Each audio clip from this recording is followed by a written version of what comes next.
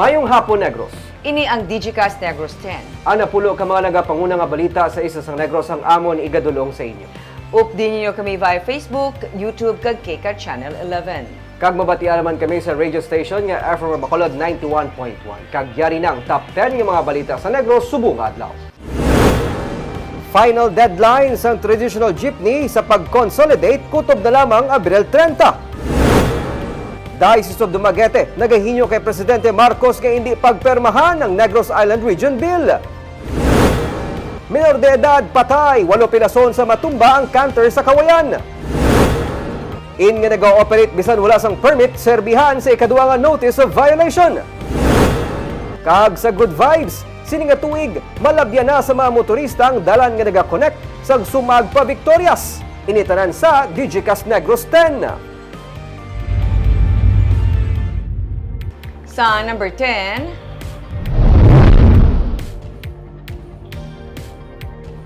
masobra sa 500 kakatapos ang pulis, lakip na mga force multiplier ang iga-deploy para sa panaad sa Negros Festival.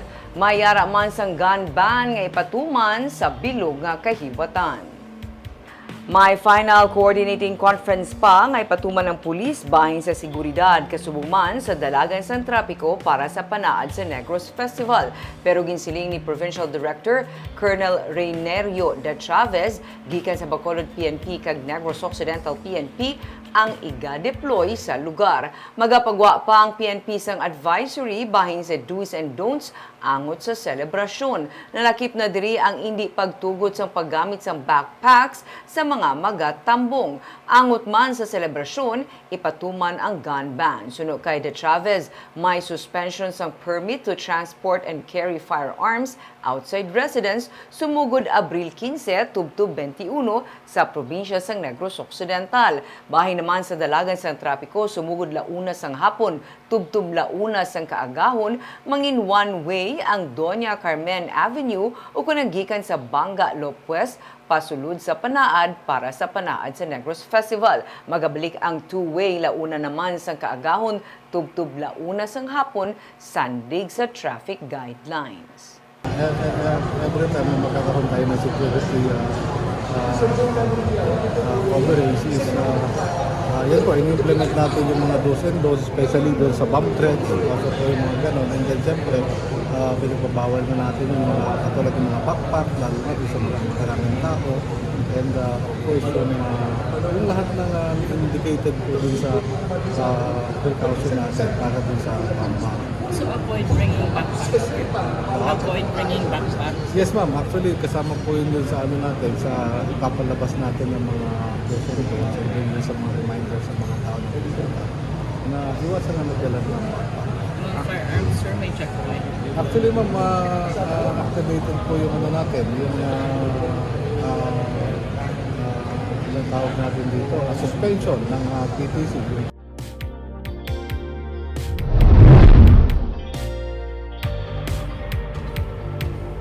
Sa number 9, mga punong barangay sa Bacolod nagbiyahe pa Macau kag Hong Kong para sa benchmarking activity. Halin Abril 11 hasta Abril 14 ang biyahe sang 61 ka mga punong barangay sa Macau kag Hong Kong. Ginsiling ni punong barangay sa Sar Distrito, spokesperson ni Mayor Albi Benitez. Magaupod sa benchmarking activity ang pila ka city officials. Wala diri sang galastuhon ang Bacolod LGU. Bangod sa sang alkalde ang gasto dugang panidistrito. Temporaryo ang italana sang alkalde si Councilor Israel Salanga bilang acting city mayor bangod sang iya personal nga biyahe. Sa Abril 27, ang masunod nga biyahe pa si Palay City para sa mga kagawad sang barangay.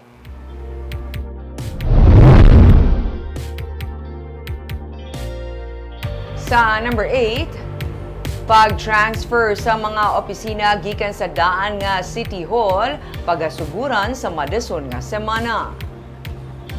Hindi na magtukod sang temporaryo nga mga opisina ang Bacolod LGU para sa mga offices nga maapektuhan sa natalana nga demolition para sa rehabilitation project sa daan nga City Hall sa Luzuriaga Street. Ginsiling ni City Engineers Office OIC, Engineer Loben Ceballos, nakasugtan nga isaylo na lamang ang mga opisina sa open spaces ang Bacolod City Public Library sa Dalan Araneta, Libertad Market Annex sa building kag DAR office sa Barangay 14. Gamito na natukod nga temporary treatment and monitoring facility sa Barangay Alihis bilang storage facility. Antes matapos ang bulan sang Abril, posible masugura na sang contractor ang pagpangudal sa palibot sang Old City Hall. Kapina 223 million pesos ang pondo para sa construction kag rehabilitation project nga magalawig sa sulod sang 18 ka bulan.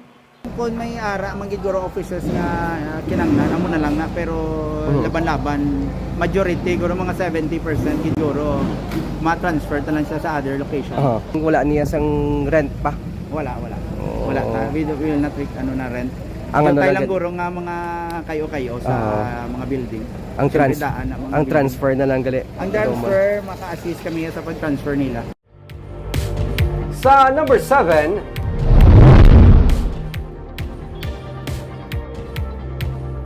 City Legal Office ang mag-issue sang ikaduwa nga notice of violation kag closure batok sa management sang inn nga naga-operate nga wala sang business permit.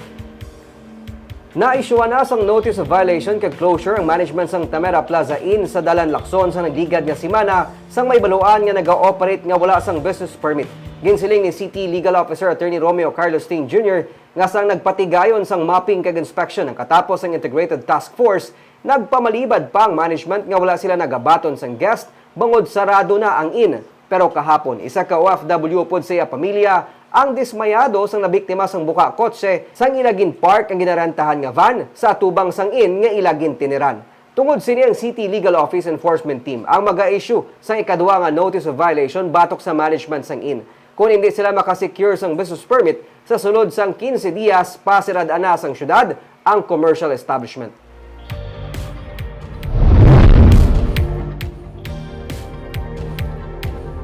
Sa number 6, pinaagi sa CCTV footage nakitaan nga may mga upod ang tricycle driver antes sa sapwan patay sa Binalbagan. May 4 ka mga suspect nga ginalantaw nga amuan sa likod sang kamatayon sang tricycle driver sa Banwa sang Binalbagan. Suna kay Police Lieutenant Glenn Fortunes, ang Deputy Chief of Police sa Binalbagan PNP, may ara sila sang CCTV footage nga na-recover malapit sa lugar sang insidente nga nagapakita nga may mga persona nga kaupod ang biktima. Dugang pa ni Fortunes, nag-inom-inom ang mga suspect kag ang biktima nga ginkilala sa kay Anthony Toledo nga residente sang Banwa sang Isabela. Ginapatihan nga ini ang papauli na sa Isabela antes ini masapwan. Nagagwa sa ila nga investigasyon nga robbery hold-up ang motibo sa kamatayon ni Toledo bangod nadula ang wallet sang biktima nga may unod nga 800 pesos kag wala na ang tricycle sang biktima.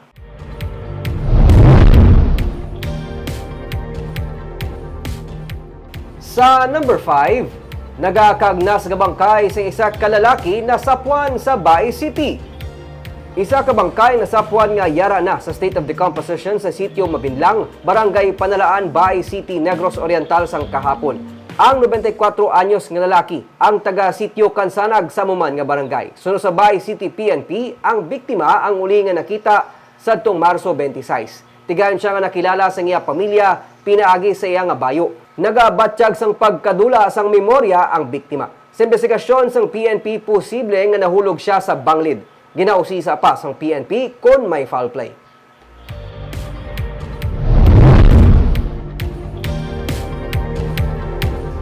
Sa number 4, menor de edad ang patay, samtang 8 ang pilason sa matumbang canter sa Banwa sang Kawayan.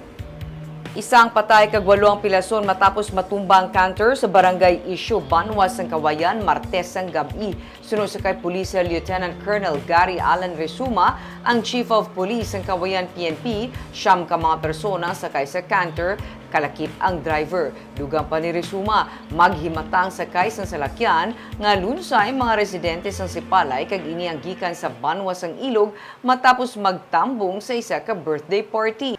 Sunod sa pulis, paglapot sa lugar sang insidente, napiyungan ang driver sang truck kabangdanan nga nadulaan ini sang kontrol kag nahulog sa higad sang dalan. Nakaagom sa mga pilas ang mga sakay sang canter, apang isa ka 12 anyos nga babayi ang napatay. Nagagwa sa investigasyon sang kapulisan nga lunsay nakainom ang sakay sa truck magluwas lang sa mga kaupod nila nga mga menor de edad.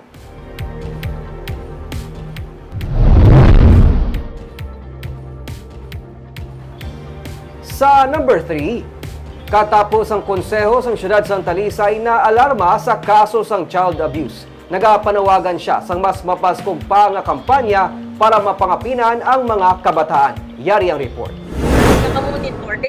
Makaalarma para kay Councilor Rosalinda Tovilla, pamuno sang Committee on Women and Children sang konseho sang siyudad sang Talisay, ang natabo nga pag-abuso sa 11 anyos nga babae sa Barangay Concepcion. Ang batang ginpulyan kastigo sa iya iloy kag mga tiyo antes ginsulod sa Poso Negro. Isa ka pagpamukaw ang makasilig nga insidente suno sa iya, agud mas mapabaskog pang kampanya ilabi na sa mga kabaranggayan para mapangapinan ang mga menor de edad sa anuman nga sa isang pagpang-abuso.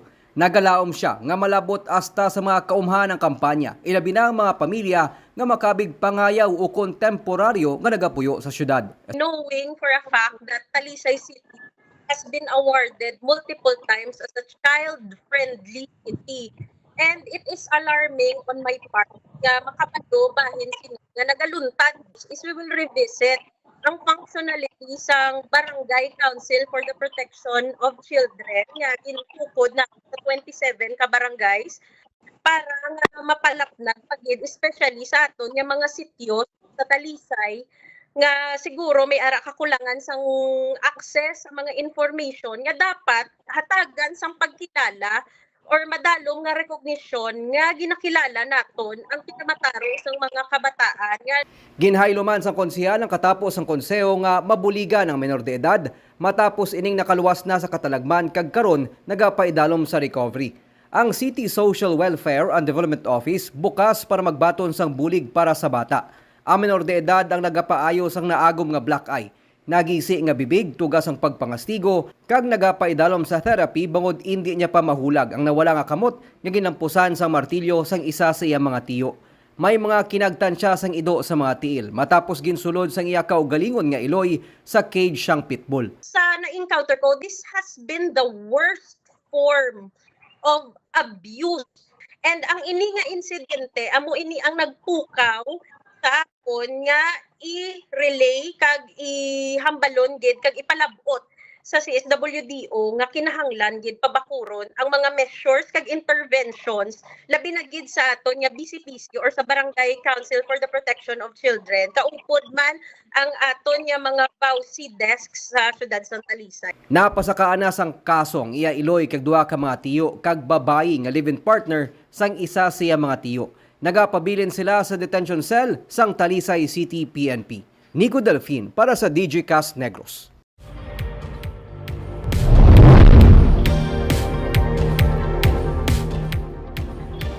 Sa number 2, ginahinyo sang Diocese of Dumaguete ang pagveto sang presidente sang Negros Island Region Bill. Sa pagpamuno ni Bishop Julito Cortez, nagapanawagan sila kay Presidente Ferdinand Marcos Jr. sa pagveto sa Senate Bill 2507 na nagatugan sang NIR bangod sang kakulang sang fair, just, and truthful consultation. Sa isa kasulat sa Presidente nga napetsahan March 25, nagapanindugan ang Dumaguete Diocese nga ang tinutuyo sa likod sang amo nga hagna ang tubtub sa karon hindi klaro para sa general public. Para kay Governor Eugenio Jose Lacson, kung may mga pagpamatok, madamo man sa mga supporter ang NIR nga magatinguha sa pagkumbinsi sang presidente nga lagdaan ini. Na-release ang mga sulat sa katapos ng media kahapon, Miyerkules. Sa open letter sang Miyerkules ginsiling ni Cortez nga ila pa ginahulat ang opisyal nga sabat sang presidente. Luyag nila nga mahibaluan sang publiko ang seryoso nga epekto sang hagna sa ila nga kabuhi. Nakasaad nga ang pagtugas sang NIR ang makapalala sang inequalities bangod ang Negros Oriental ang yara sa disbentaha. Bangod jutay ang mga distrito sini kag mga syudad kun ipaanggid sa Negros Occidental. Sang Lunes sang pagbisita sa presidente sa Bacolod, iya ginsiling nga iya lagdaan ang NIR bill para mangin isa na ini kalayi. In the same manner that there will be many supporters of NIR who will try to convince the president that it is feasible to create this new region. It's too late. Well, for as long as it has not yet been signed, we cannot be for sure, but I think the statement of the president in his recent visit to Negros is very clear that he's more or less convinced that the creation of an NIR will be to the advantages of the three provinces. I think his concern lang here is really the funding for the new region. Kag sa numero 1 sa mga balita sa Negros subong nga adlaw.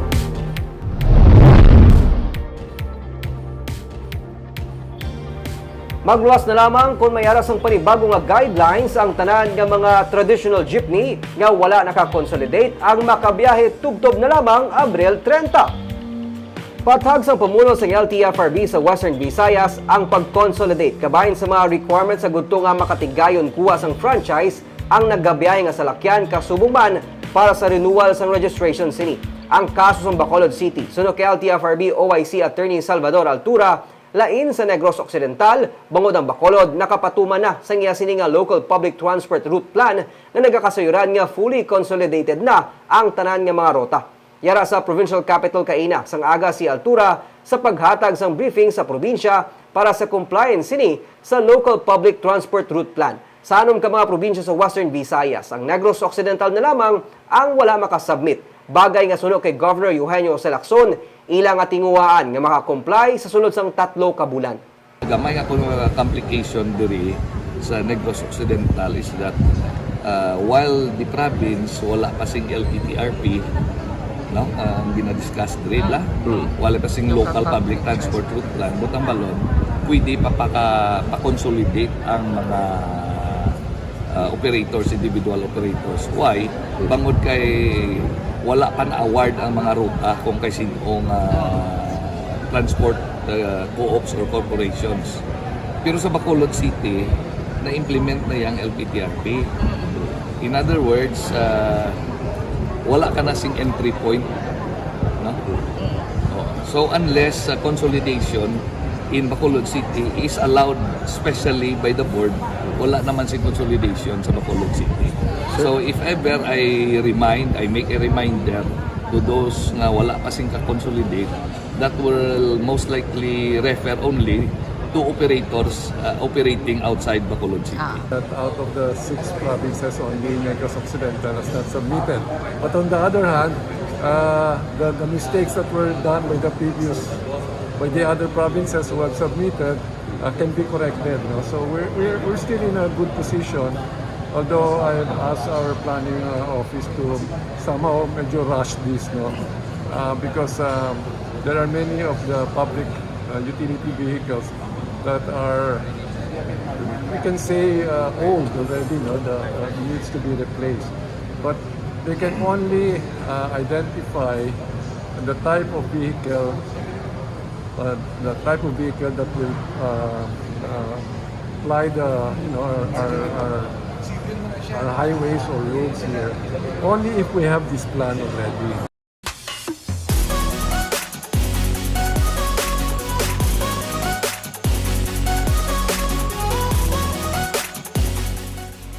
Sa Good Vibes, last 800 meters na lang kag makonect na ang Bacolod Negros Occidental Economic Highway. Ini ang bag-o nga dalan nga magaangot sang Sumag, Mansilingan, Granada, gwa sa Talisay City, diretso sa Victorias. May report si Romeo Subaldo. Sa sininga tuig, ginapaabot nga matapos na ang dalan nga magahimo na lang sa biyahe halin sa Sumag sa Bacolod pakadto sa Victoria City sa 35 minutes. Sa post ni Congressman Greg Casatayas ang kahapon, iyagin anunsyo nga last 800 meters na lang nga dalan ang paghihimuon sa contractors ng DPWH kag tigayo na nga mag-connect ang Bacolod Negros Occidental Economic Highway halin sa Barangay Granada sa Bacolod pakadto sa Talisay City. Sa gikatuan sa DGCAS Negros, masako na ang contractor sa construction sa dalan. Sa tabok lang ini sa bago nga subdivision sa Burgos Extension nga parte na sa Barangay Granada. Kung mahuman, ini ang magakonect sa Talisay City nga mayara na sa sementado nga dalan. Magaangot naman ini sa Bacolod Silay Airport Road kag rekta na pa Victorias. Kung usuyo naman ni mo pa isol, ang ini nga parte sa Banose sa Granada ang nagalabay sa Vista Alegre, gwa sa Barangay Mansilingan sa tupad lang sa Nestle nga building. May mga taytay na lang nga ginatapos kag tigayo na nga matapos ang ini nga phase.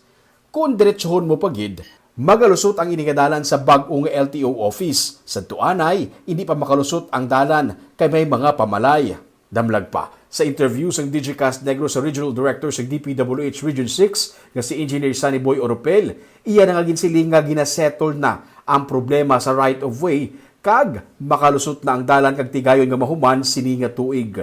For 2024, Sini nga year? kapuso na namon subong. Hopefully, matagaan lang kita sa solution sa atong right-of-way problem, but we will definitely open to full traffic ang aton nga Bacolod, ang aton nga Banose from Bacolod South Road going to Victoria.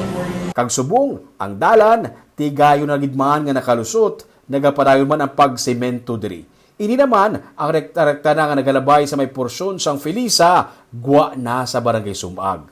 Sunod si DPWH, kung mahuman na ang 32.47 kilometers nga dalan, ang isa ka oras nga biyahe halin Bacolod pa Victorias ang mabuhinan sa 25 minutos. Bot silingon, sa 35 minutes, makabiyahe ka na halin Sumag sa Bacolod pakadto sa Victoria City. Ini ang ginalantaw nga mangin dako nga bulig sa pagpahagan-hagan sa pagguot sang salakyan sa Bacolod. Kaya mga taga-sur nga mapanorte, hindi na kinahanglan pa nga maglabay sa mga kali sa sulod sa Bacolod City. Ang ini nga proyekto nga nagabalor sang 7.2 billion pesos ang sakaron ginakonect pagid Pasagay City. Barbs, kung may dugang nga mga dalan, may dugang man nga oportunidad para sa ekonomiya sa syudad. Kag of course no, matilawan tani kay na, mas napalipot ang imong travel time. Dako ma-save mo, imagine mo na. Tapos na ni magbiyahe-biyahe. Kagamuyad to mga balita sa Negros subong adlaw. Kay man sa panahon karon importante nga may ihibalo ka sa nagakatapo sa imo nga palibot. Pero dapat balanse kag insakto mga impormasyon. Padayon kami nga magapangalagad sa Negrosanon. Ako si Barbara Mijares. Kag ako naman si Nico Delfin. Tubtubwas, maayong hapon.